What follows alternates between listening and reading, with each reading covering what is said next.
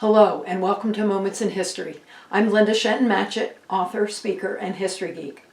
While researching my stories, I unearthed tons of intriguing historical information that does not end up in my books. So I've created this channel to share those tidbits with you, and I really appreciate you stopping by. Today I'll be talking about the attack at Pearl Harbor that occurred 83 years ago this month.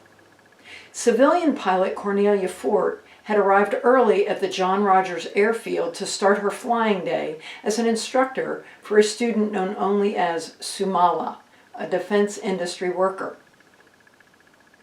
Her apprentice was advanced enough to fly regular takeoffs and landings, and this was to have been his last lesson before going solo, and the two were in pattern for some landing practice.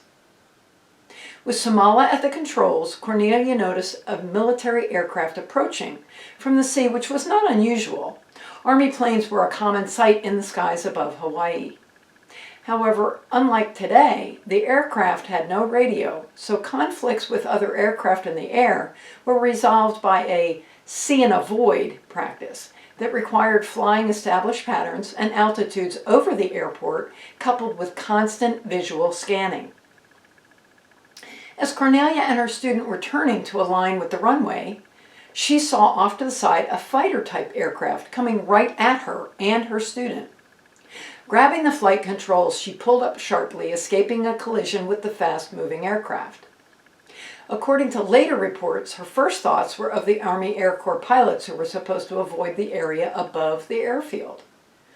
But as the aircraft flashed by, she saw the emblem on the wing was a large red ball, the rising sun insignia of the Japanese Empire, and not the stars and bars of the U.S. Army Air Corps. Then she looked toward Pearl Harbor and spied the plumes of black smoke that made her realize the base was under attack by the Japanese.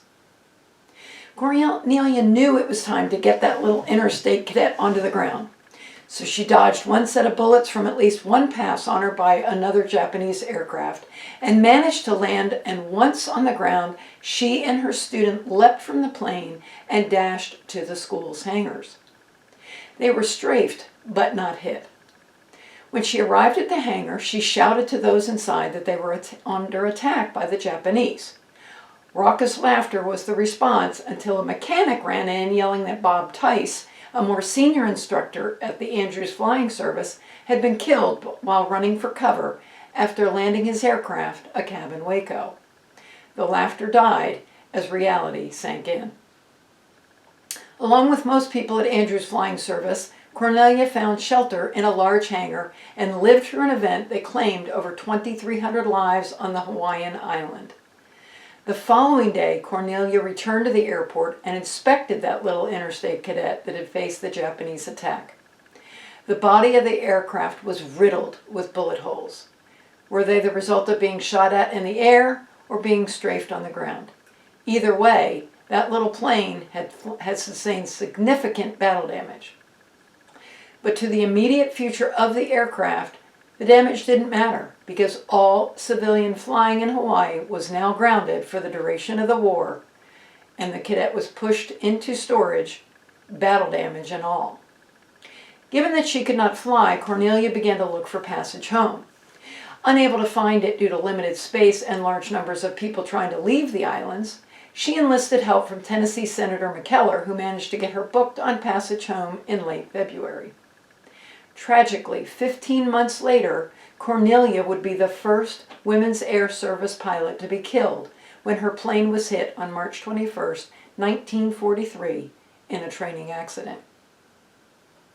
The attack at Pearl Harbor that caught Cornelia unawares had been years in the making, nearly 10 to be exact. Although Japan had begun to take a hostile stance against the rejection of the racial equality proposal, a proposed amendment to the Treaty of Versailles in 2019, trade relations continued.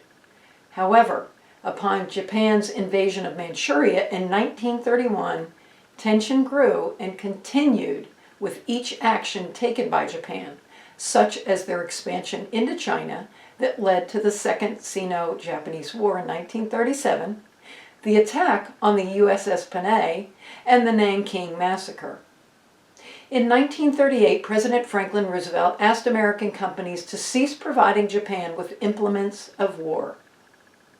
Then, after Japan's 1940 invasion of French Indochina, the U.S. stopped shipments of planes, parts, tools, and aviation gasoline to Japan.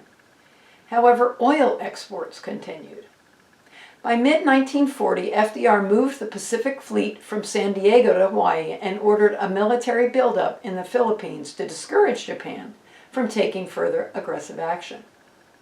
Negotiations continued as the U.S. and Japan attempted to repair relations. Offers were made by each country and were rejected. The final counter-proposal by the U.S. was made on November 26th, unknowingly the day after the Japanese force had left port for Pearl Harbor. At 8:55, the first wave of Japanese aircraft began to attack. In addition to the ships in the Pearl Harbor, the air stations at Hickam, Wheeler, Ford Island, Kanoe, and Iwo Field were also attacked. The second wave arrived a few minutes after 9, and the attack continued for 2 hours and 20 minutes, after which 2,393 Americans were dead and another 1,178 were wounded. It's easy to be an armchair quarterback, and given the desire of Japan to rule Asia, war might have come sooner or later. But one wonders if the attack at Pearl Harbor would have occurred based on the information gathered afterwards. In January of 1941, Admiral Yamamoto began communicating with other Japanese officers about a possible attack on Pearl Harbor. On January 27th, U.S. Ambassador to Japan Joseph Grew cabled Washington that he had learned about Japan's surprise attack on Pearl Harbor. However, no one in Washington believed the information. Most senior American military experts believed the Japanese would attack Manila in the Philippine Islands if war broke out. In February, U.S. Admiral Husband E. Kimmel was given command of the U.S. Pacific Fleet in Hawaii.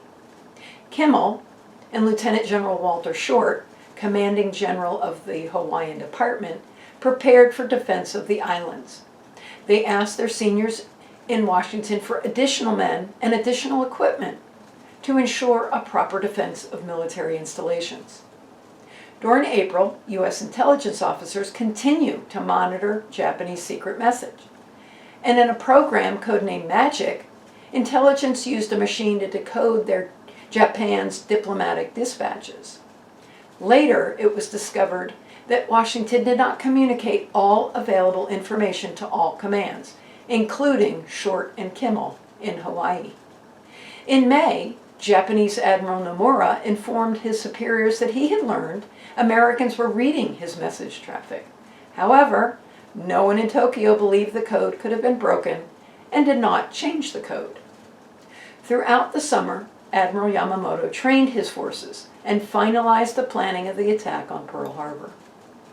On September 24th, the bomb plot message from Japanese Naval Intelligence to Japanese Consul General in Honolulu requesting a grid of exact locations of ship in Pearl Harbor is deciphered by American intelligence.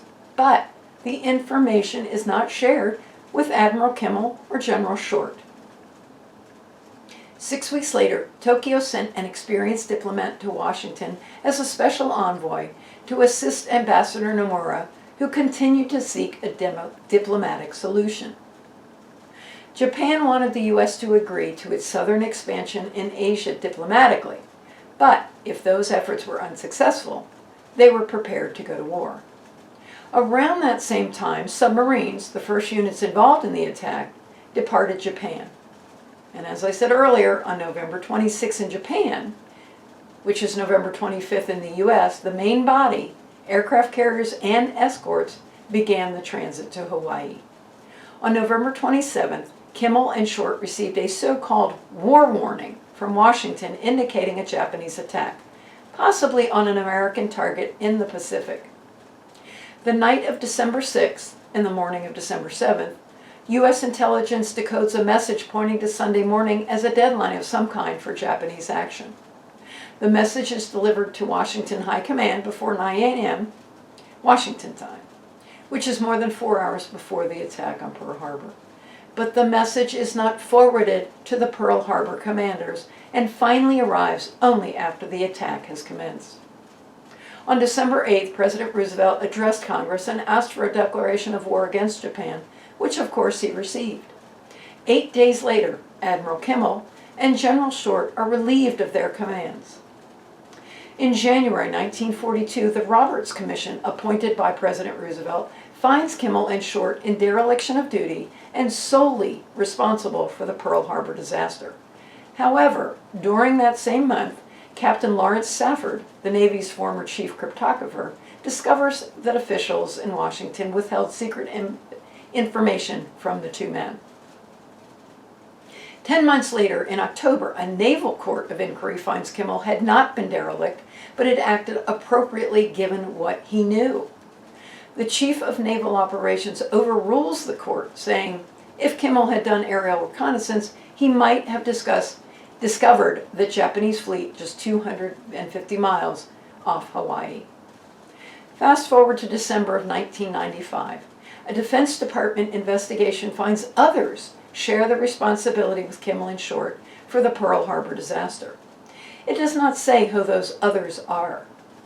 In 1999, the United States Senate votes to restore Kimmel's permanent rank to 4 stars. But President Clinton did not act on the resolution, and neither have any of his successors. I hope you've enjoyed today's episode. If you'd like to learn even more history, please stop by my blog that's found on my website at www.lindashentonmatchett.com. And please consider subscribing to my YouTube and Spotify Moments in History channels to see and hear new episodes that release on the 2nd and 4th Fridays of each month. And click that bell icon to be noticed of new episodes. Thanks again for watching, and have a great rest of your day.